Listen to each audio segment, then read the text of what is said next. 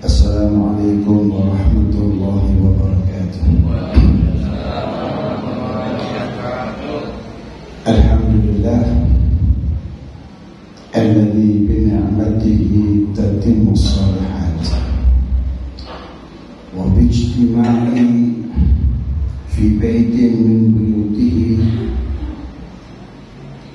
li dzikri asma'ihi wa sifatihi wa lis-salati was-salami ala habibihi al-mustafa wa li mudarasati dinihi tatanazzalu rahmatu wal barakatuh.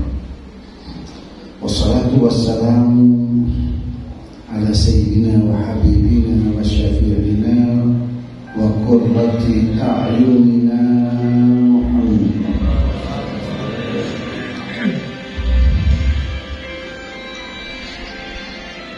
sayyidi ahli al-ardi wassamawat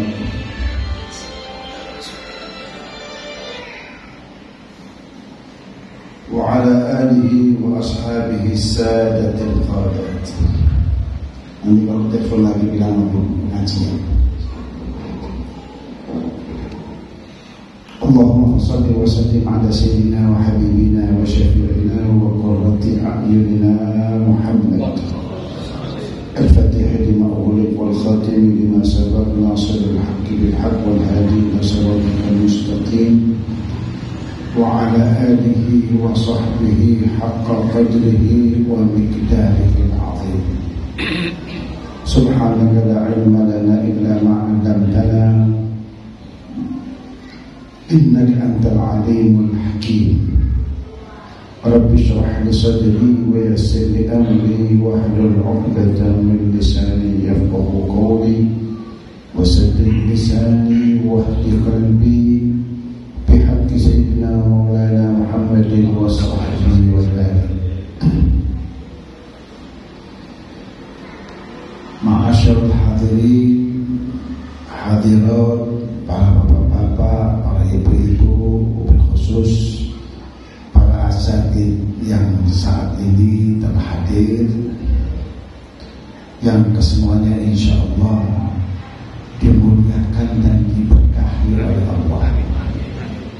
Marilah pada kesempatan yang baik ini, di pertemuan kita yang semoga diridhai dan diberkahi oleh Allah ini, kita bersama-sama memanjatkan puja dan puji syukur kita kehadirat Allah, di mana semata berkat limpahan rahmat, taufik, hidayah dan inayahnya, maka sampai saat ini Allah masih terus berkenan memberikan panjang umur kepada kita dalam keadaan sehat afiat, khususnya lagi dalam keadaan Islam dan iman.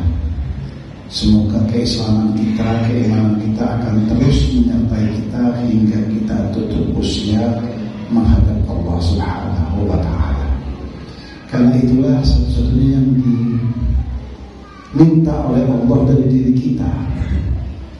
Wala tamutunna illa wa antum muslimun. Iya. Salawat serta salam maka senantiasa kita senandungkan, kita baca untuk tahadurkan kehadiran baginda Rasulullah SAW.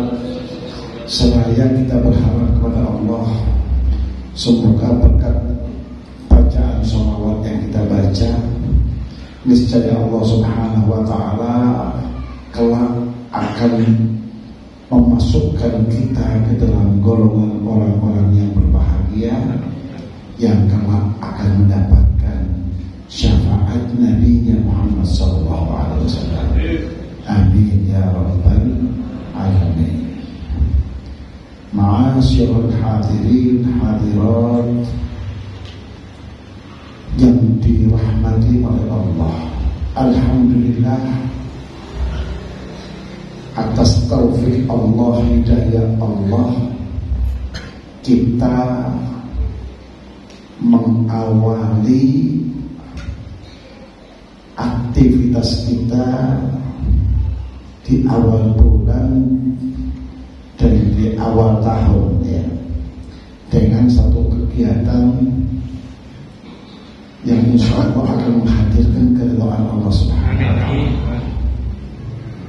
Ini jika bukan karena taufik dan hidayah Allah, niscaya kita tidak akan mampu melaksanakannya.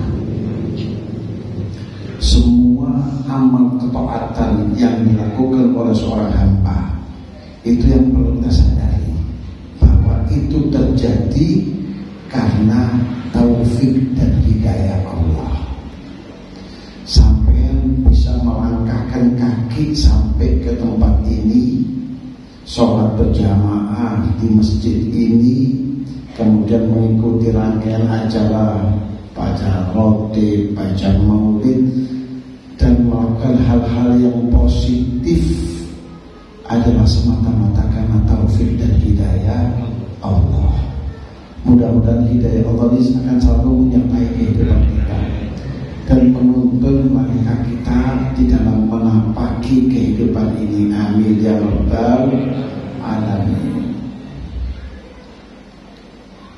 Sebab dengan seiring dengan bergantinya tahun,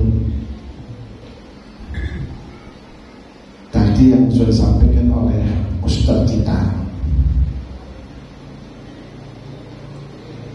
bahwa sebaik-baiknya manusia itu yang Allah panjangkan umurnya dan baik kelakuannya. Pertanyaannya, seiring dengan bergantinya tahun dari tahun 2022 ke 2023, hakikatnya kita ini panjang umur atau malah susut jatah umurnya? Kalau kurang jelas, artinya dengan bergantinya tahun angkanya makin besar. Itu apakah kita semakin jauh dari kuburan apa semakin dekat dengan kuburan? Semakin dekat dengan kuburan. Sementara yang dituntut oleh Allah dari diri seorang hamba itu enggak banyak. Allah tidak menuntut kita harus pendidikannya strata yang tertinggi, harus sarjana. Itu kalau orang cari mantu, ya, sarjana. Ya, yang kedua punya pekerjaan tetap, ya, syukur-syukur PNS, ya, ya, PNS kalau ada. Bukan.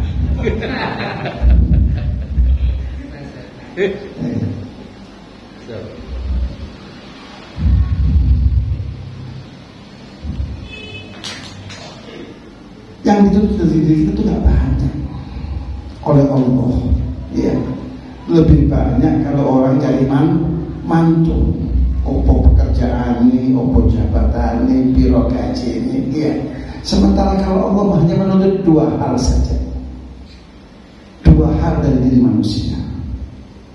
Firman Allah, ya ayyuhalladzina amanu taqullah. Yang dituntut dari kita agar kita ini bertakwa kepada Allah. Takwa itu juga bukan Allah butuh takwa kita, enggak. Kita butuh takwa kepada Allah. Manusia yang butuh ketakwaan itu. Kalau Allah nggak butuh takwanya kita. Ketakwaan kita tidak menambah kemuliaan Allah, kemaksiatan seorang hamba tidak mengurangi kemuliaan Allah.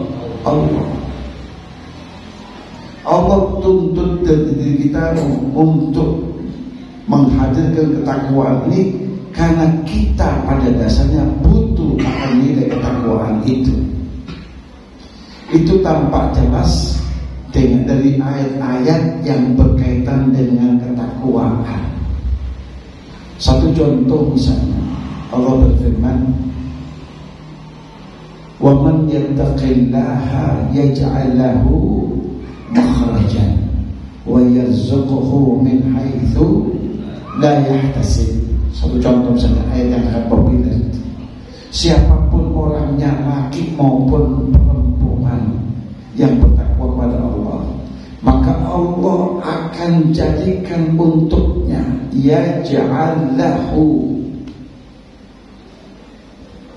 makhrajan. Allah akan jadikan untuknya, ciptakan untuknya, apa itu makhrajan, jalan keluar, solusi yang terbaik. Setiap kali orang ini menghadapi masalah dalam hidup, sementara yang namanya orang hidup, selama dia masih bernafas, pasti ada masalah dalam kehidupannya. Nah, orang yang bertakwa akan selalu mendapatkan solusi yang terbaik untuk mengatasi kehidupannya. Paham Bapak ya? Kita butuh solusi tidak ya dalam hidup? Butuh. Untuk mengatasi persoalan hidup kita, kesulitan hidup kita. Untuk itu Allah perintahkan kita bertakwa, agar kita selalu mendapatkan solusi yang terbaik. Yang kedua, yang dituntut oleh Allah dari diri kita apa itu? Waltanzur nafsun ma qaddamat lighad.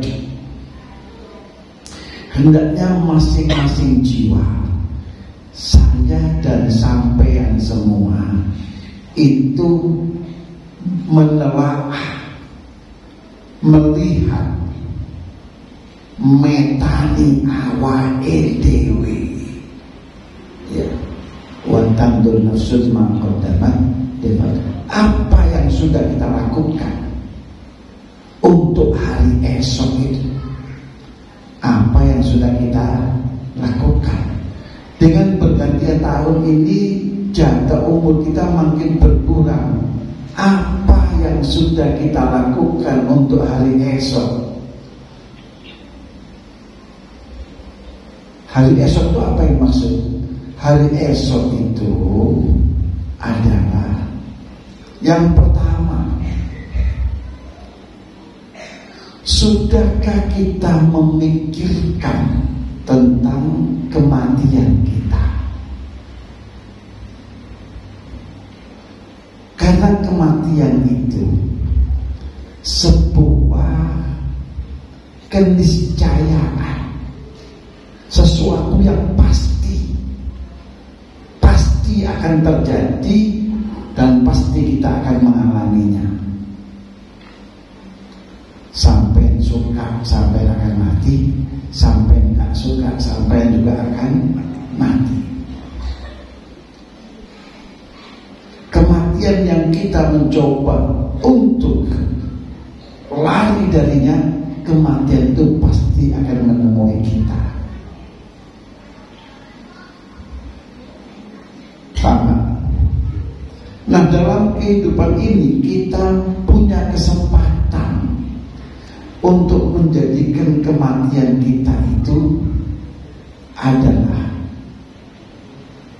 sebuah kebahagiaan, karena kematian itu adalah gerbang menuju kepada kehidupan yang sesungguhnya. Kehidupan yang sesungguhnya itu adalah kehidupan yang pasca kematian, bukan yang sekarang. Kenapa saya katakan kehidupan yang sesungguhnya itu adalah yang pasca kematian, setelah kematian itu? Karena kehidupan setelah kematian ini adalah kehidupan yang abadi. Kalau sampean sukses untuk selama-lamanya. Sebaliknya, kalau seorang hamba itu gagal, maka ia akan gagal untuk selama-lamanya. Tidak ada kesempatan untuk memperbaiki diri. Kalau ia untuk bidai ta'ala. Paham Bapak? Maka kata Allah, wal tandur nafsun ma qaddamat lihat. Sudahkah kita mempersiapkan diri untuk hari esok itu. Sekali lagi, apa itu hari esok? Yang pertama adalah kematian. Kita bakal mati. Itu bagian dari hari esok. Karena yang merupakan gerbang yang akan menghantarkan kita untuk kehidupan yang sesungguhnya, kehidupan yang disinggung oleh Allah dalam Al-Quran, dalam surat Al-Mulk, di mana Allah berfirman, Tabarakalladzii biyadihil mulku wa huwa ala kulli syai'in qadir alladzi khalaqal mauta wal hayata. Kenapa Allah sebutkan Ia yang menciptakan kematian dan kehidupan? Kenapa kehidupan disebut setelah kematian?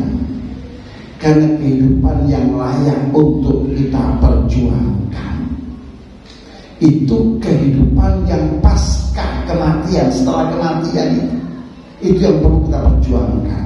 Kalau dalam kehidupan yang sementara kita repot-repot sekolah, toko SD, SMP, toko SMP, nang SMA, toko SMA, perguruan tinggi, iya, 5 tahun misalnya. Untuk apa ini? Untuk sambung urip, ya, demi mendapatkan pekerjaan yang layak, demi membangun kehidupan yang layak, betul? Padahal kehidupan yang sementara.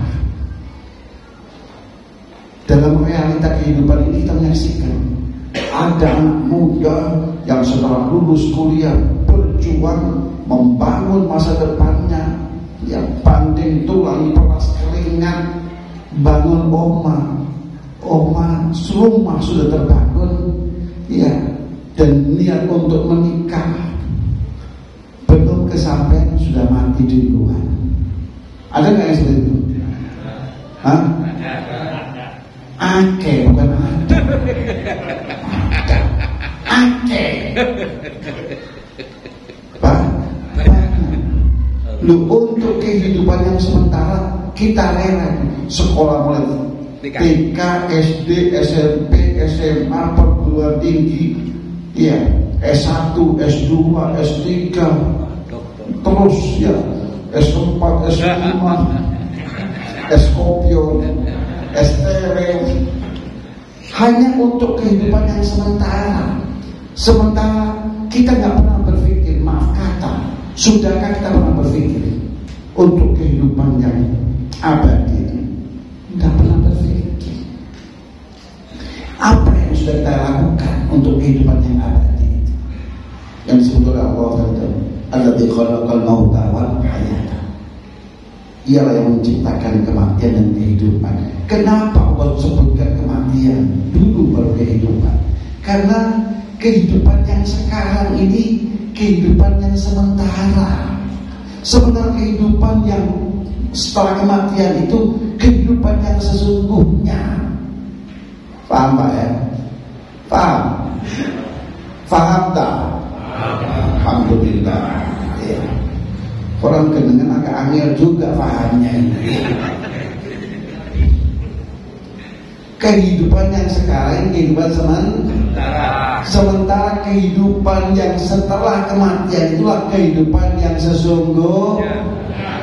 Untuk kehidupan sementara saja sampai rela berkorban apa saja, betul? Tak turu, ya, lembur, ya, kerja lembur untuk kehidupan sementara. Pertanyaannya, sampai pernah lembur untuk kehidupan yang pasca kematian? Hah? Tak kobel? Tak kobel? Ini masalahnya, tidak ada keseimbangan. Iya, lungguh di masjid ini dalam sekarang ini dalam rangka membina, membangun, merancang dan membangun masa depan yang sesungguhnya. Ya, sehingga kadang-kadang 1,5 jam sudah kerasa posisi duduknya di Coba sampean kerja, iya, lembur 8 jam, saya semangatnya. Iya. Betul. Untuk kehidupan yang abadi sampai setengah hati. Seakan-akan sampai tidak pernah akan hidup. Sampai yang suka atau tidak suka, sampai pasti akan mengalami kehidupan itu. Paham Pak ya? Maka masa depan yang diperintahkan oleh Allah dan nafsun ma qaddamat itu yang pertama, yang paling awal adalah menyongsong kematian kita. Dalam kehidupan ini kita diberi kesempatan oleh Allah untuk memungkasi kehidupan kita dengan pungkasan yang baik, yang dalam bahasa agama disebut husnul khatimah. Husnul khatimah, mati dalam pungkasan yang baik. Apa tanda-tandanya? Apakah husnul khatimah itu bisa diupayakan? Bisa, sangat bisa. Kata Al-Habib Al-Haddad, Al-Habib Abdullah bin Adawi bin Muhammad Al-Haddad, di dalam kitabnya Nasihat Diniyah, Rasulullah SAW bersabda, begitu kata Habib Al-Haddad, yamutul insanu ala ma'asya, manusia itu akan dimatikan oleh Allah sesuai dengan kebiasaan di mana dia hidup. Hobi ini opo? Lek hobi ini kaplean, iya, main kaple. Insya Allah matinya waktu main kaple. Ya, lek kalau hobinya, kebiasaannya traveling, jalan-jalan, iya, insya Allah matinya waktu jalan. Iya, bisa perlu mau kali ini ya.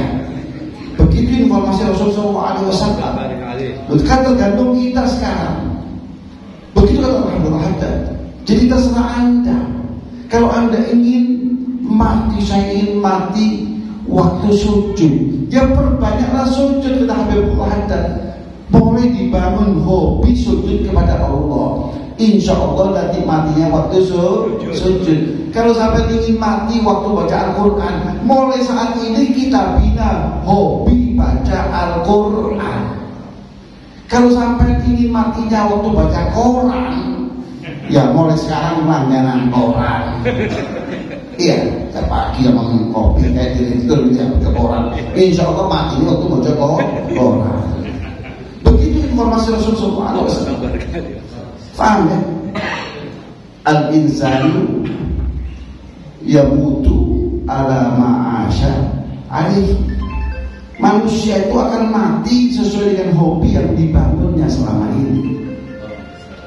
Maka kalau kita hobinya sholat, insya Allah matinya waktu sholat. Kalau kita hobinya baca Al-Quran, insya Allah matinya waktu baca Al-Quran.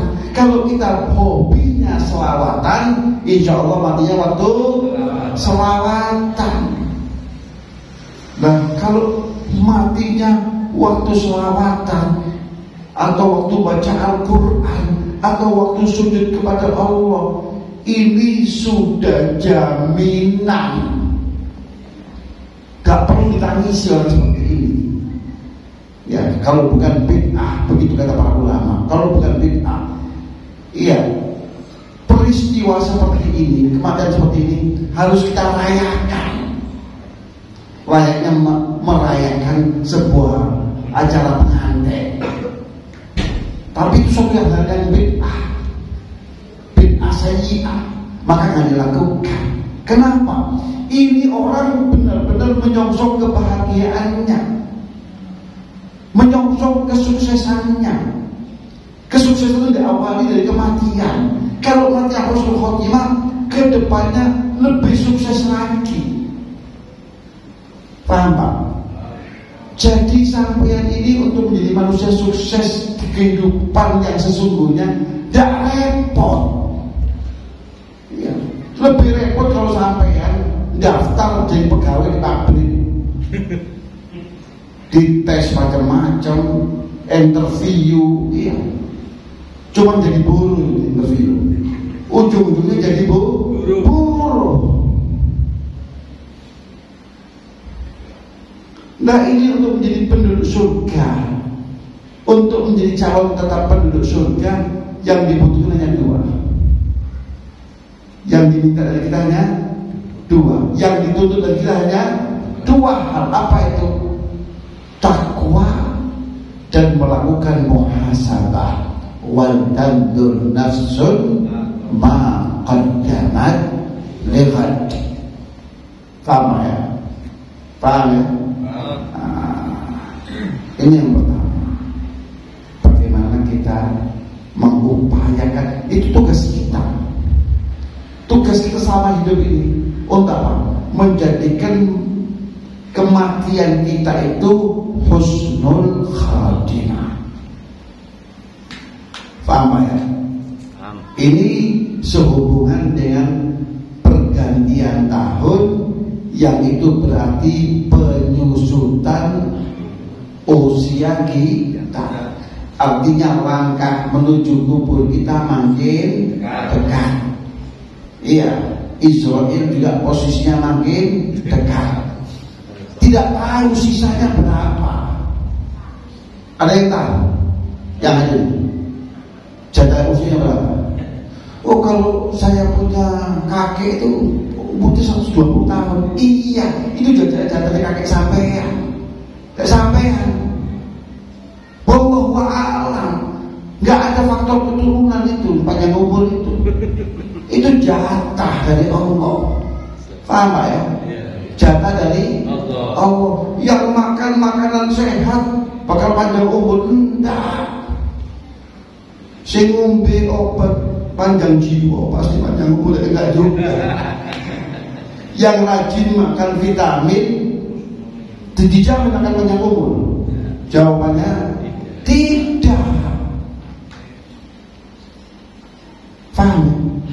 Karena segala sesuatu sudah ditentukan oleh Allah. Wa kullu syai'in 'indahu biqadar. Wis diatur, sudah ditentukan oleh Allah. Jadi vitamin, obat, macam-macam aja itu. Apakah punya efek? Jawabannya tidak ada efeknya. Paham ya? Paham ya? Kalau sehat secara fisik mungkin ya. Kenapa lari pagi? Supaya panjang umur. Tapi kalau lebih sehat secara fisik iya. Paham? Apa fisiknya sehat bakal panjang umur, tidak mati-mati? Jawabannya tidak. Tidak. Mau pelatih fitness itu, yang pelatih fitness mati juga.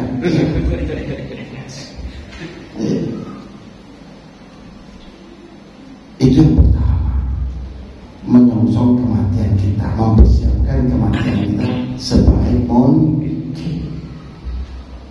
Ya, hasibu anfusakum qabla an tuhasabu. Maka lakukan introspeksi diri, telaah diri, kaji diri, petanono awake sampean iki sebelum sampean dipersoalkan kelak di akhirat.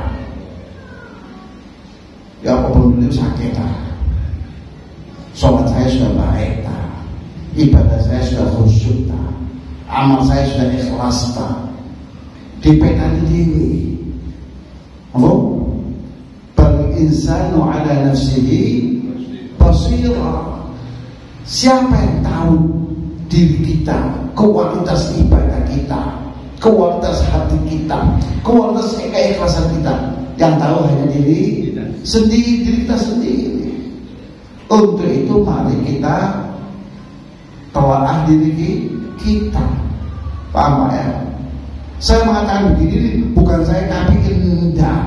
Ini masing-masing mimba bitalkir, saling mengingatkan. Mumpung momennya pas pergantian tahun ini.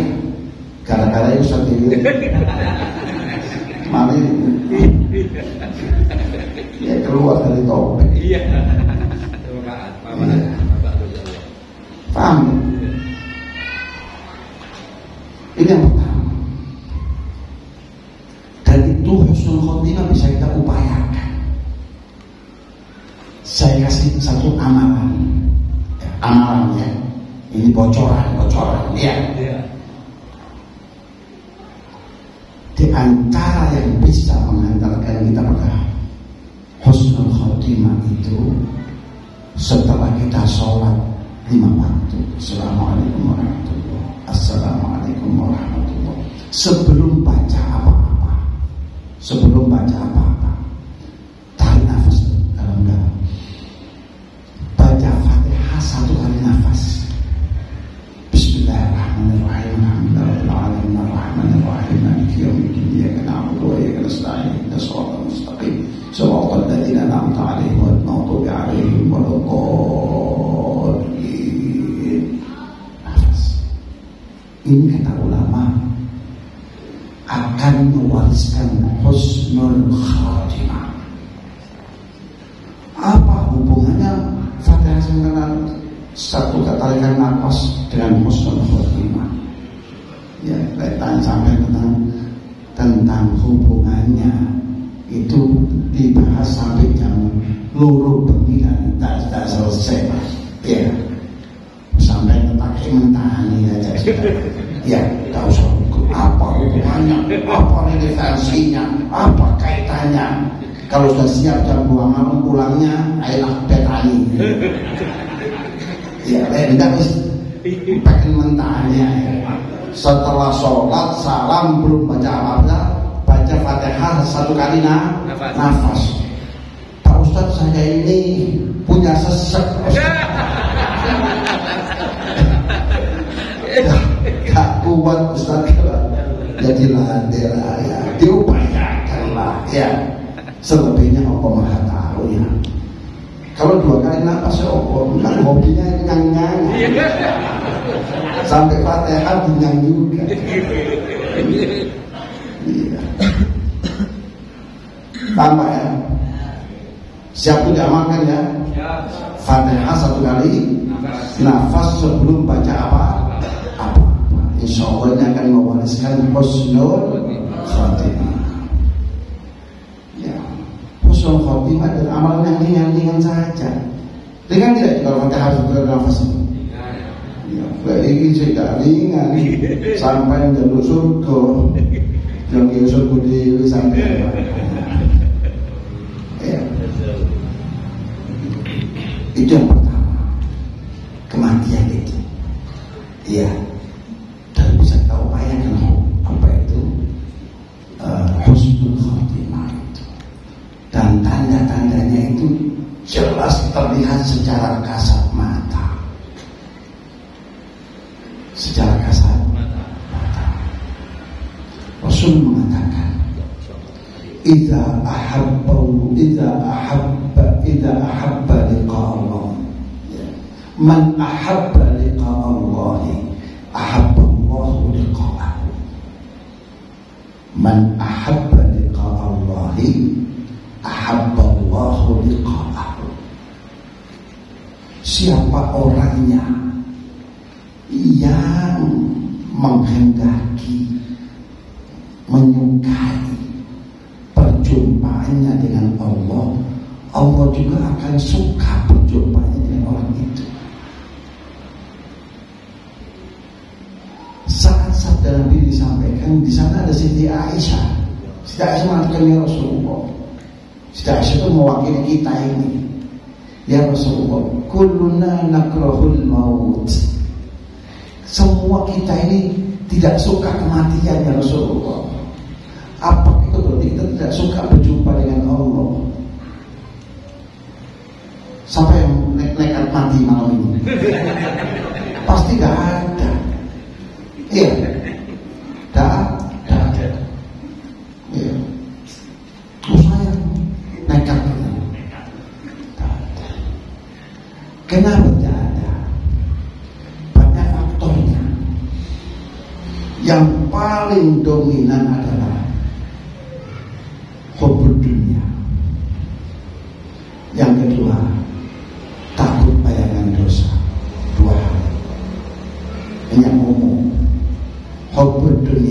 cinta dunia. Padahal ada dua apa-apa. Dua pabrik sampean. Lah dua pabrik tak mungkin duduk di masjid. Iya. Sibuk. Informasi relasi. Padahal tidak punya dunia apa dunia yang miliki. Ya, anak masih kecil-kecil, Ustaz perlu pengawasan kita. Padahal panjang umur nggak pernah diawasi. Itu kita, itu realitanya. Sampai tidak bisa menafikan itu, tidak bisa menolak, tidak bisa membantah. Itu kenyataannya, betul tidak? Ya, betul. Tak punya apa-apa tapi ngaboti dunia. Oh, punya ngaboti. Sarung duit terlalu membantu. Iya. Hubud dunia. Yang kedua, bayangan ketakutan akan dosa. Karena kita terbayang-bayang oleh dosa kita. Dosa masa lalu lah. Masing-masing orang punya masa lalu. Betul? Ya. Tak mungkin apa yang kita lahir terus dewasa kumisan, tak mungkin. Pasti butuh proses. Nah, dalam proses kehidupan ini banyak hal-hal yang kemudian berhubungan. Ya. Dan umumnya manusia punya masa lalu yang kurang menyenangkan lah. Ini yang membuat kita enggan mati. Maka kita bisa mengatakan kulluna nakrahul maut ya Rasulullah. Semuanya kita ini tidak suka mati. Apakah itu berarti kita tidak suka berjumpa dengan Allah? Kata Nabi, tidak seperti itu wahai istriku Aisyah. Kalau kalian tidak suka mati itu manusiawi saja. Amin. Jadi Islam itu agama yang realistis. Ya, agama yang diterima oleh akal. Manusia takut mati. Iya, itu manusiawi. Kalau manusia itu nekat berani mati, pasti dia menjawab soal murid lagi. Ya, dia belum berkolektor. Kalau ada, pasti ada hal-hal yang tidak menyenangkan dalam kehidupan dunia ini, dan dia akan mempersingkat hidupnya. Paham ya? Kalau orang kondisinya normal-normal saja, pasti enggan untuk mati. Manusiawi saja. Tapi tidak demikian halnya dengan seorang manusia muslimah, mukminah. Kalau dia itu sudah mendekati kematiannya, setengah jam ke depan itu dia akan mati. Allah akan hadirkan untuk orang ini sesuatu yang membuat dia itu menjadi senang, bahagia, dan ingin segera berjumpa dengan Allah, meninggalkan dunia yang fana ini. Begitu sabda Rasulullah SAW. Yaitu seiring dengan hadirnya Israel untuk mencabut nyawa seorang manusia muslimah, itu terbuka pintu hijab, sehingga orang itu melihat sesuatu yang membuat dirinya bahagia, tenang hatinya, sejuk matanya. Apa yang dia lihat? Yang dia lihat al-jannah wa na'imuha, surga Allah dan seluruh kenikmatan yang ada dalam surga itu. Apa yang dilihat? Yang dilihat ashabul yamin, penduduk surga Allah yang sedang menikmati kenikmatan surga Allah. Begitu dia melihat, tenang hatinya, mesem, senyum. Iya. Padahal di sampingnya sudah pada apa itu? Berbesmili, menangisi. Iya. Ini yang menghadapi kematian justru tenang, pada senyum-senyum dia. Kenapa senyum-senyum? Karena dia melihat sesuatu. Melihat sesuatu ini memang Allah hadirkan untuk orang ini. Kenapa? tatminan liqalbi wa taskinan linafsi, untuk menenteramkan hatinya, menenangkan jiwanya,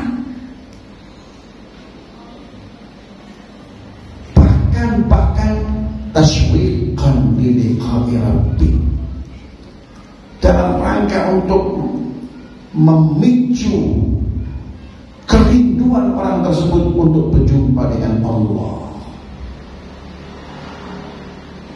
Maka ada cenderung kita keluarga yang melihat ini, kok yang bersangkutan ini sudah tidak lagi menggubris orang yang sekitarnya, mau nangis, mau jerit-jerit, mau dia tidak tenang. Karena konsentrasinya ke sana.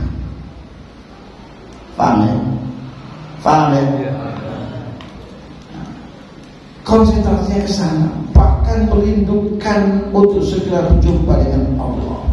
Saat dia hatinya merindukan, jiwanya merindukan, sukmanya merindukan berjumpa dengan Allah, Allah juga menyenandungkan senandung kerinduan yang sama. Seraya Allah berfirman, ya ayyatuhan nafsul mutmainnah irji'i ila rabbiki radiyatan mardiyah fadkhuli fi ibadi wadkhuli jannati.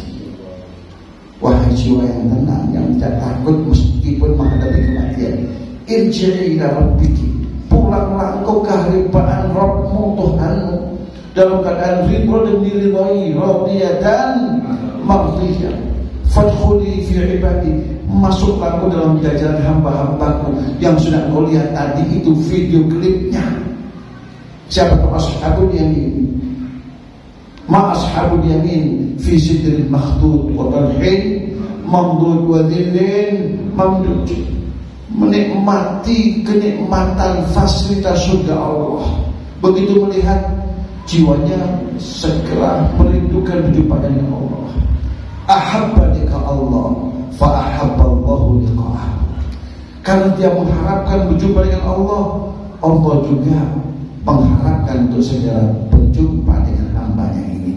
Maka begitu dia konsentrasi melihat pemandangan itu, Israel mencabut nyawanya pelan-pelan. Maka sakaratul maut itu pun tidak terasa olehnya.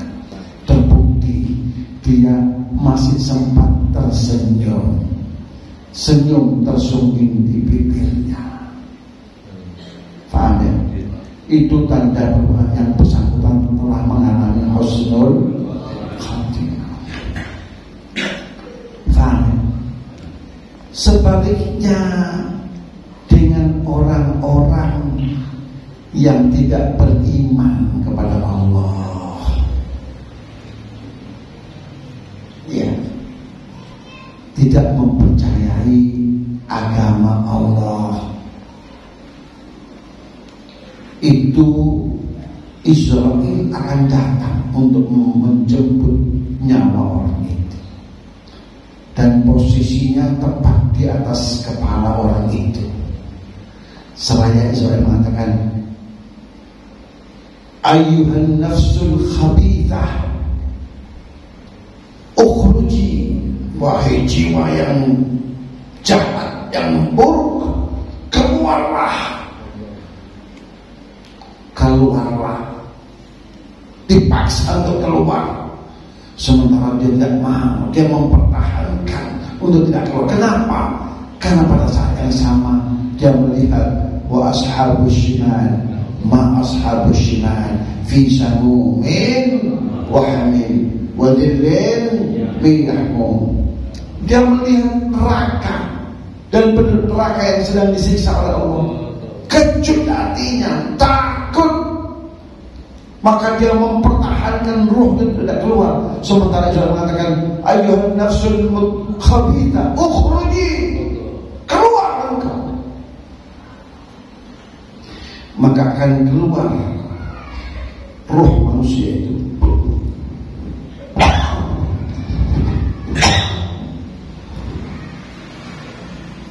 Diikuti dengan bau yang amat sangat busuk,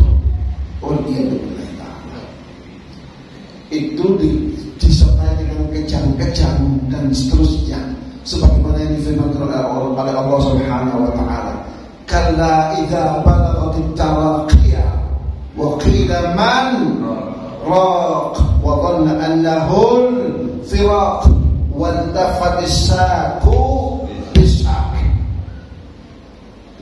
Sampai di sini berat ya dipertahankan. Wa qila man raq, enggak mau dia, apa tidak mau keluar seperti Israel. Tarik menarik makin mempersulit proses sakaratul maut itu. Maka tidaklah mengherankan kalau ada orang mati matanya terbelalak. Iya. Lidahnya terjulur keluar. Walhamdulillah ta'ala. Ya, mudah-mudahan Allah Subhanahu wa taala memungkasi kehidupan kita dengan husnul khatimah. Ini saya sampaikan bukan karena ingin menakut-nakuti, tidak. Ini sebuah realita. Mumpung masih ada kesempatan, mari kita perbaiki diri kita. Persiapkan kematian itu sedini mungkin. Makin awal kita mempersiapkannya, makin baik, makin bagus. Paham Pak ya?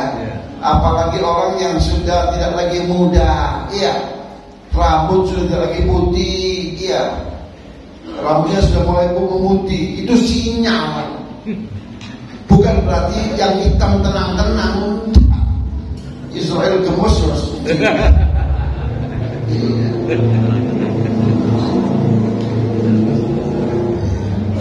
Tapi yang putih itu merupakan sinyal bahwa aku sudah makin dekat dengan dirimu.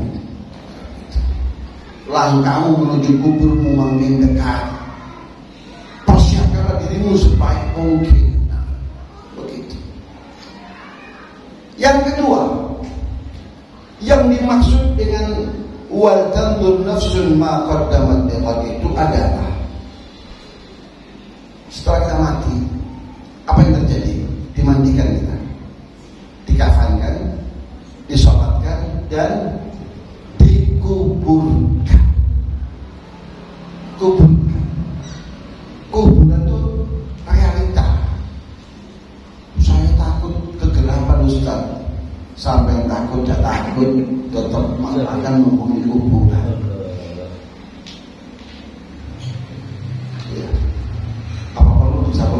Listrik kasih lampu sana juga tidak akan membantu. Tanya, tidak akan membantu. Sampai berhenti mas kegelapan, nanti kita salurkan listrik, ya, dikasih bola, ya, supaya mungkin akhirnya tidak datang, iya, karena si awan terus, ya. Tidak seperti itu, tidak berlaku semua. Paham ya?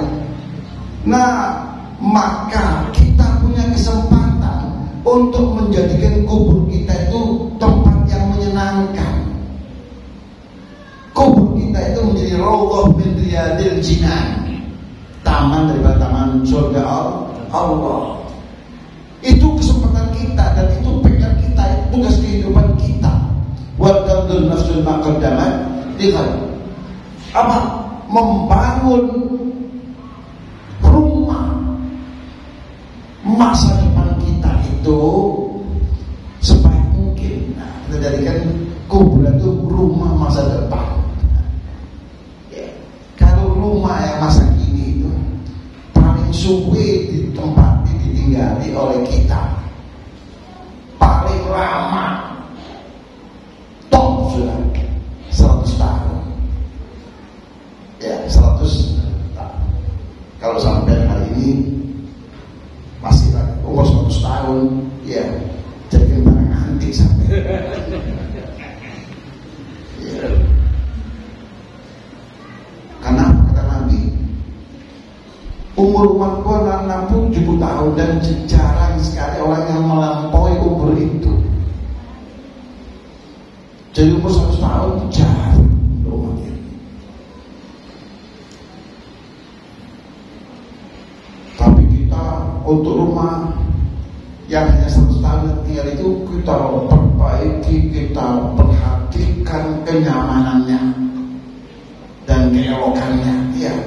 Kalau sudah mulai kusam dicek balik. Iya. Wah, ini sudah perlu dibongkar ini supaya menyesuaikan dengan zaman. Dibongkar cara bongkar sih. Renovasi sana, renovasi sini. Pada itu kita tinggali sementara rumah masa depan yang sesungguhnya kita nggak pernah berpikir. Nah, dalam agama kita rumah masa depan itu hanya akan berubah setelah orang yang bersangkutan disemayamkan di sana, dia akan otomatis berubah. Hanya ada dua.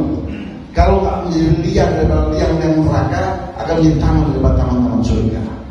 Sampai menjadi tinggi. Liang neraka atau taman surga? Itu tergantung kita dalam hidup ini. Mau dijadikan apa? Paham Pak ya? Lo mesti kita pikirkan mulai sekarang. Tak kau mikirin dunia yang terlalu luas. Ya, terserah Anda kalau Anda punya prinsip seperti itu. Ya, itu nanti akan berlaku. Ya, perkataan orang-orang yang melupakan akhirat itu akan berkata, Ya Rabbi lima hasyatani a'ma wa qad kuntu basira. Ya Allah, kenapa hari ini aku jadi buta? Padahal di dunia aku normal, melek-melek saja. Maka dijawab oleh Allah, kadzalika atatka ayatuna fanasitaha wa kadzalika al-yauma tunsa. Begitulah saat datang ayat-ayatku, saat dibacakan ayat-ayatku, dibahas tuntas ayat-ayatku, engkau tidak menggubrisnya. Nasitaha, engkau mengabaikannya, melupakannya. Maka hari ini engkau dilupakan. Waliyahzubillahi ta'ala. Maka mari kita menjadi manusia yang berpikir sedikit lebih cerdas. Sedikit lebih cerdas. Kenapa? Seorang manusia mukmin itu memang sosok manusia yang cerdas. Al-mu'minu kayyizun fatinun. Mukmin itu sosok manusia yang cerdas. Lalu ukuran cerdas itu apa? Apakah yang S1, S2, S3 tadi itu? Enggak. Ukuran orang yang cerdas itu adalah mandana nafsahu, orang yang selalu melakukan telaah diri, wa amila lima ba'dan maut, dan dia mulai beramal. Amal itu bukan untuk hari ini, tapi untuk nanti pasca kematiannya, termasuk untuk kuburannya supaya terang, supaya kuburannya jembang, supaya kuburannya menjelma menjadi taman daripada taman surga Allah. Faham Pak ya? Ini yang dimaksud dengan hari esok, masa depan. Wa tanzur nafsun ma qaddamat lighad, yaitu kubur kita. Dan kita nggak tahu berapa lama kita dikubur itu. Setahun, 10 tahun, 100 tahun, 1000 tahun. Wallahu a'lam. Di mana alam kubur itu akan berakhir kapan? Saat Allah bangkitkan kiamat. Wa min waraihim barzakhun ila yaumi yub'atsun. Dan di hadapan kita itu ada alam barzakh. Alam barzakh itu kapan? Ila yaumi yub'atsun, sampai mereka dibangkitkan oleh Allah. Kapan? Di hari kebangkitan dan di kiamat. Boleh jadi singkat, boleh jadi panjang waktunya. Tergantung kapan kiamat Allah akan bangkitkan. Yang jelas mbah-mbah kita, nenek moyang kita sudah beratus tahun itu. Paham Pak? Paham? Belum selesai alam barzakhnya. Mbah sampai yang generasi ke-7 kira-kira berapa tahun itu?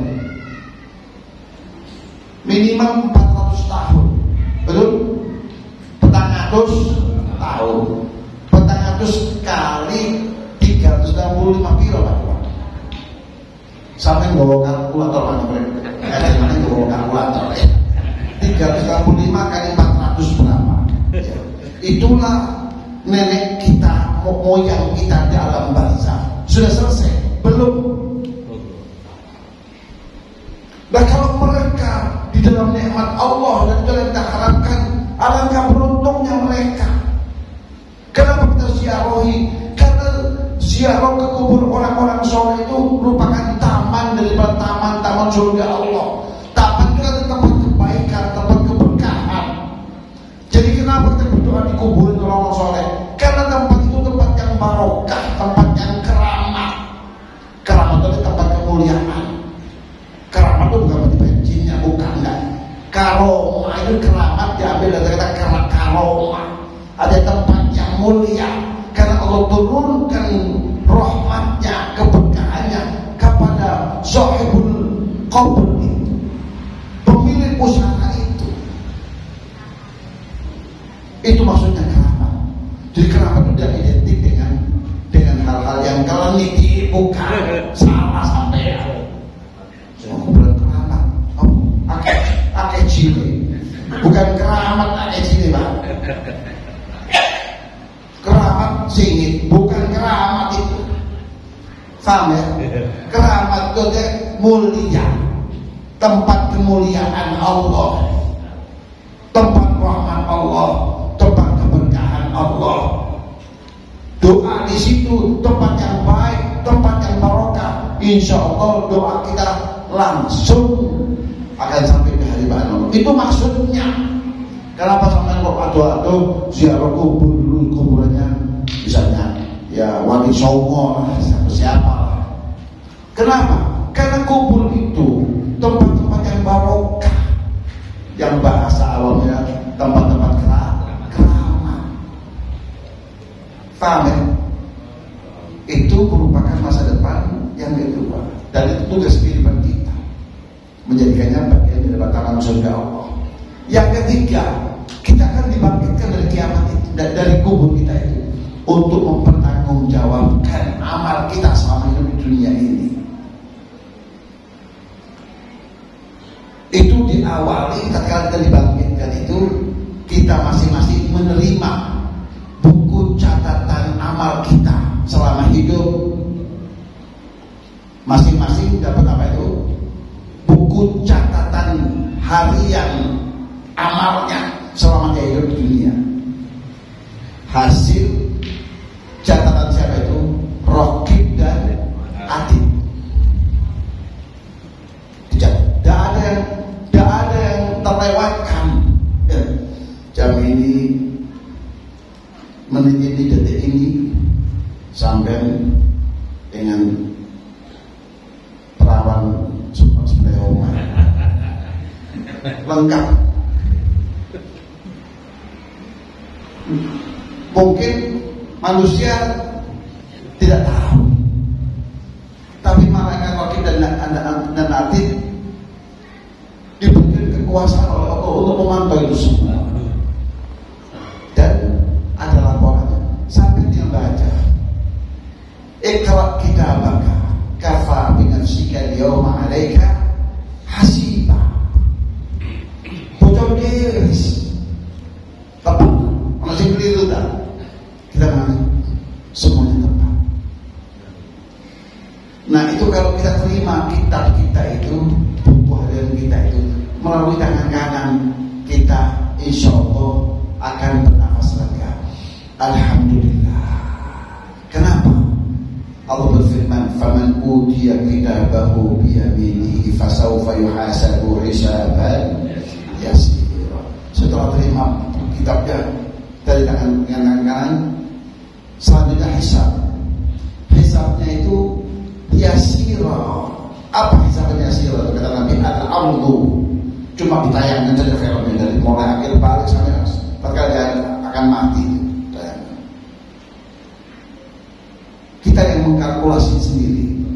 Wah, dalam harapan. Kenapa? Akhirnya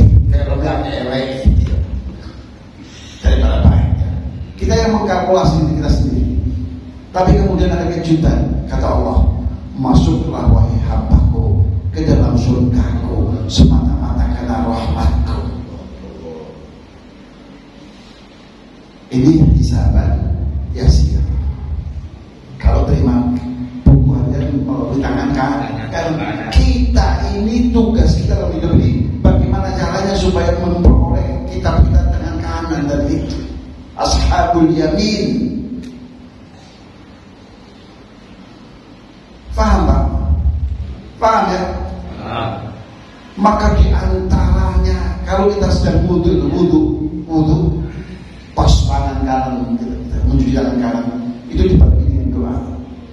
Allah ja'alni mimman utiya kitabahu biyaminihi. Jadikan aku ya Allah termasuk orang yang akan menerima buku harianku melalui tangan kanan ini ya Allah. Begitu mencuci tangan kiri, Rabbi ja'alni mimman utiya kitabahu bishimalihi. Jangan jadikan aku ya Allah termasuk orang-orang yang akan menerima kitabnya melalui tangan kirinya. Begitu harapan kita itu kita salurkan, kita tunjukkan benar-benar kita berharap kepada Allah. Paham ya? Paham ya? Pernah diamalkan itu. Waktu di tangan kanan diselipkan doa. Kamu susu doa. Asal males doa. Nah, kalau itu yang terjadi, mari kita rubah, kita maknai ibadah kita itu tahapan demi tahapan. Ya, untuk itu saja bisa meloloskan sampai untuk sampai ke gerbang surga Allah dengan wudu. Paham Pak ya? Karena air wudu itu dapat merontokkan, meluluhlantakkan dosa dan kesalahan kita yang menempel pada organ tubuh kita ini. Apalagi kalau diselipkan dengan doa-doa yang baik. Paham Pak ya? Paham ya? Nah, setelah itu hisab apa? Ada sirat. Ada sirat. Siratal mustaqim, jembatan untuk sampai ke gerbang surga Allah. Nah, di antara doa kita ketika kita mencuci kaki kita itu, iya, Allahumma tsabbit aqdamana 'ala sirat. Begitu doanya. Ya Allah, tetapkan, kukuhkan kaki ini tetap berada di atas siratal mustaqim supaya tidak tergelincir dan jatuh ke jurang neraka. Paham Pak ya? Paham ya? Nah, kita umat Muhammad SAW punya kesempatan untuk tatkala nguwat di siratal mustaqim itu tidak seperti orang lain, orang kebanyakan ya ada yang ngesot ya, walaupun dia bukan suster ya, walaupun bukan suster tapi tetap ngesot ya. Karena kata firman Allah, wa minhum man yamshi 'ala batnihi. Ada orang yang justru perutnya jadi kenapa? Alas kakinya. Ya. Seperti itu. Wa minhum man yamshi 'ala arba. Kaki dan tangannya seperti melata, seperti binatang melata. Nah, kalau seperti itu kapan sampainya? Sementara malaikat Zabaniyah itu dengan apa itu? Dengan kailnya itu apa itu mengait orang-orang yang ada di atas siratal mustaqim itu. Harapan itu bisa. Tapi umat Muhammad SAW punya kesempatan untuk melewati siratal mustaqim itu secepat kilat. Apa yang buat kita secepat? Amalannya sederhana itu wudu. Maka sunnahnya wudu itu kita lebihkan waktu kita mencuci muka kita. Kita lebihkan waktu kita mencuci tangan kita itu. Melebihkan yang dibahas itu istilahnya isbahul wudu. Terutama waktu saat kita malas, kan udaranya dingin, kamu subuh, sing ngantuk, berarti goblok banyu ilang ngantuk eman. Nah, kita sempurnakan wudu kita. Iya, sempurnanya wudu itulah yang akan melesatkan kita untuk sampai ke gerbang surga Allah Subhanahu wa Ta'ala. Iya, kata Nabi, yub'atsu ummati yaumal qiyamah ghurran muhajjalina min atharil wudu. Umatku kelak akan dibangkitkan oleh Allah tampil beda dari manusia kebanyakan. Ghurran muhajjalin. Al-ghurr wa tahjil itu dua sifat. Dari sifat kuda yang baik, yang larinya kencang. Maksudnya umatku itu kelak akan melewati dan jalur mustaqim itu secepat lari ya kuda yang terbaik, kuda baju. Kenapa kok bisa begitu? Ini semua karena wudhunya. Loh, cuma wudhu. Kan eman-eman sampai wudhu sampean yang bisa membuat sampean secepat kilat sampai ke lubang surga Allah, lalu sampean sia-siakan. Apa ya? Oleh karena itu mari kita perbaiki kualitas wudhu kita, ibadah kita secara umum. Mudah-mudahan dengan demikian kita pantas layak untuk mendapatkan surga Allah Subhanahu wa taala. Amin ya rabbal alamin. Dan yang terakhir, kita selamat sampai di surga Allah Subhanahu wa taala. Nah, itulah tahapan-tahapan masa depan di mana Allah Subhanahu wa taala mengatakan wa tanzur nafsun ma qaddamat lighad. Inilah kita dapat kesempatan ini, mudah-mudahan kesempatan dengan barokah.